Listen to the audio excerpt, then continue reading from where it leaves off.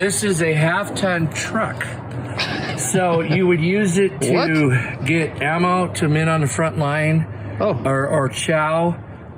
You take the steering wheel, you loosen this thing, and you slide the wheel back.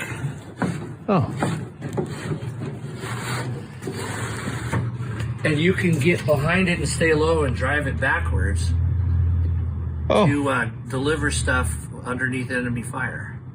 So it's just a utility thing. And all the Vietnam vets I've ever talked to said the only time they saw these things, they were strapped down with cases of beer on their way to hence the mule. So this is the ultimate military vehicle toy that everybody wants, and they're horribly expensive, and the only suspension is the air pressure of the tires. So it's not the smoothest of ride, but it's still cool. And there's no differential, so all four wheels drive. It's four-wheel steer. That's the gun mount for the 106 recoilless rifle or an M60 machine gun. So you just stand and hang on to the gun while you're flying through the woods? I guess.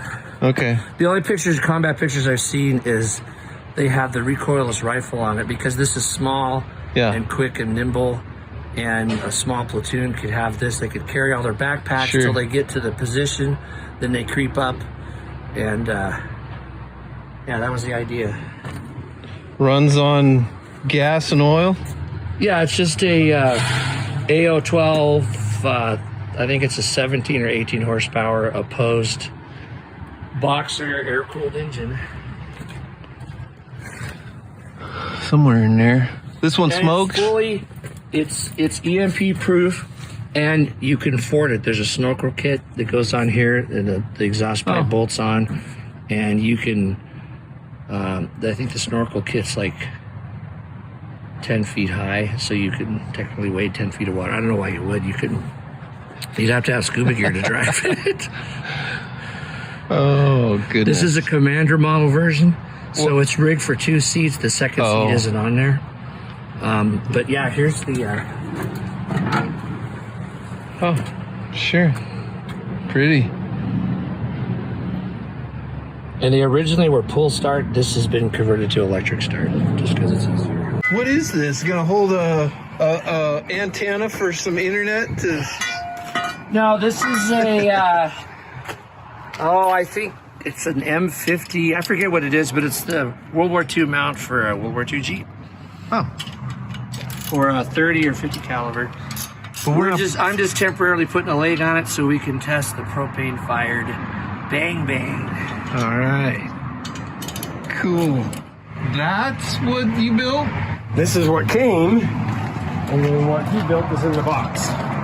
Now it's sticking further at you. This way you could go shoot the airplanes. And that's so important, Dave. Well, you're gonna just keep going. Okay. When they're strafing you, you gotta strafe back. That's right. Okay. So, whoops. Hold that. I'm gonna go grab a pin. Yeah, you need a pin for this. Oh, this is perfect. Are you videoing? Uh-huh. Are you gonna put this on Sobbing Uncontrollably? Of course. Oh, thank you. They have to show that every so often we do things that have nothing to do with sobs. Oh, yeah. Well, half the time. How else is Dave going to make money if he doesn't build weird things people want? So since the vehicles this is going to be used on could be 6 volt, 12 volt, or 24 volt, I had to have its own battery. So we got 12 volt battery coil, our propane, our oxygen. This is the battery charge test switch, so we got 12 volts, we're good to go, and this turns.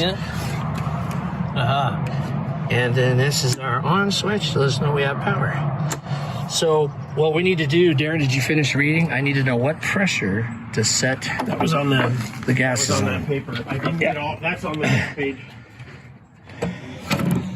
So Doug, the guy who this gun is for, he's having made a canvas sleeve to go around this so it won't look so janky. And we are going to hook things up.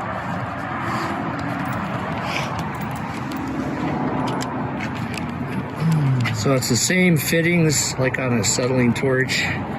So the gas is left-hand thread, and the oxygen is right-hand thread.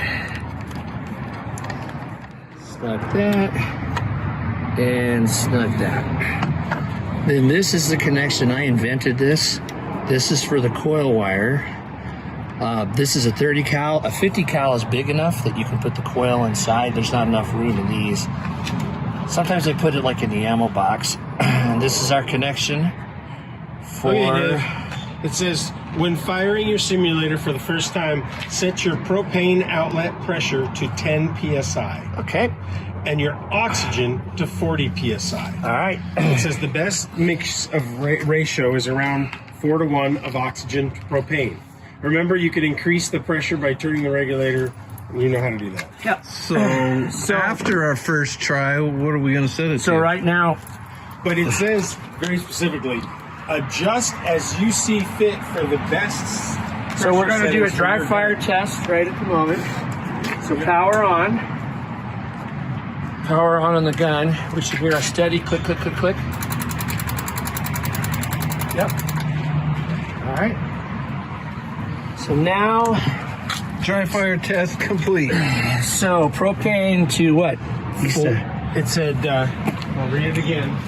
It said 10 psi. 10 psi propane and oxygen to 40 psi. Okay, so we're airing out the propane first.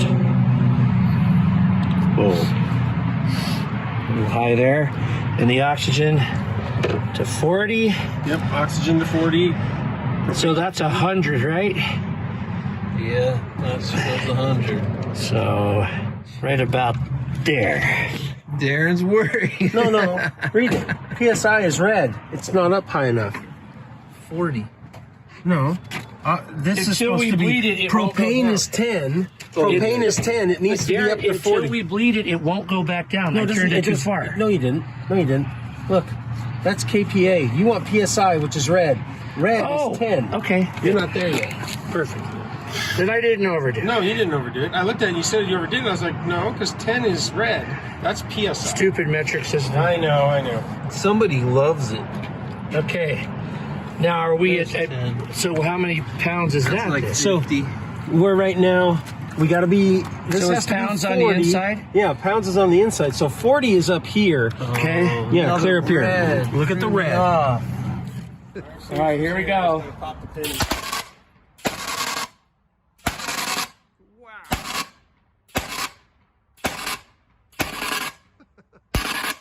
Don't worry, guys. Everything's fine.